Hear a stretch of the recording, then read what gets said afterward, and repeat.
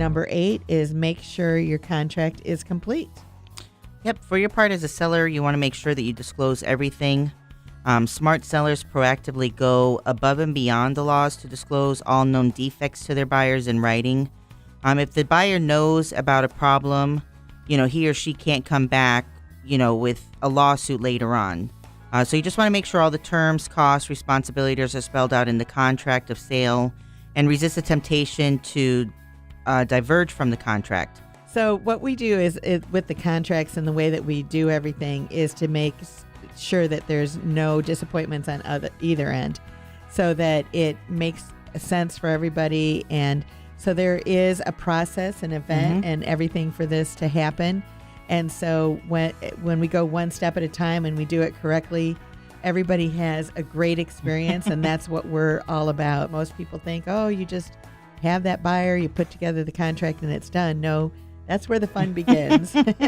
So we have inspections, we have appraisals, we have loan things that need to be done. There's a lot of items that go into effect. I think somebody put it together that there's, I know we have that form that I think there's 155 things that go into getting your house sold.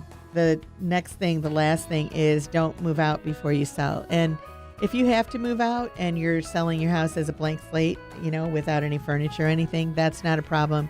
But what this means more than not is that you don't want to move out and, before your time expecting a check, and then you're not going to get it at that point in time. So we coordinate everything so everything happens at the right time.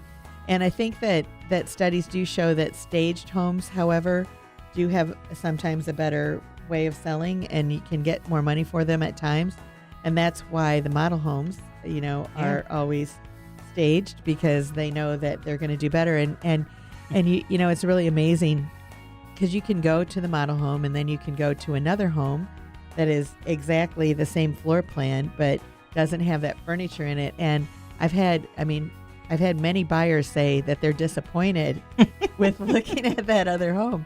And it is the exact same home. House, yeah. There is nothing different other than the pictures on the walls and the furniture that's in there. But there's a new rules for Florida's school choice program that actually are going into play in the school year beginning 2017 and 18, and this will affect homeowners.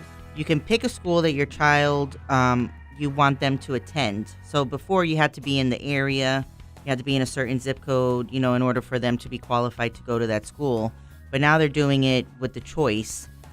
With it, parents must provide transportation for the student attending the school outside of his or her district. It will possibly affect home values. They're anticipating that it can, but they don't necessarily know. So if your home is in the best school district, obviously you're still guaranteed that you can send your kids to that school.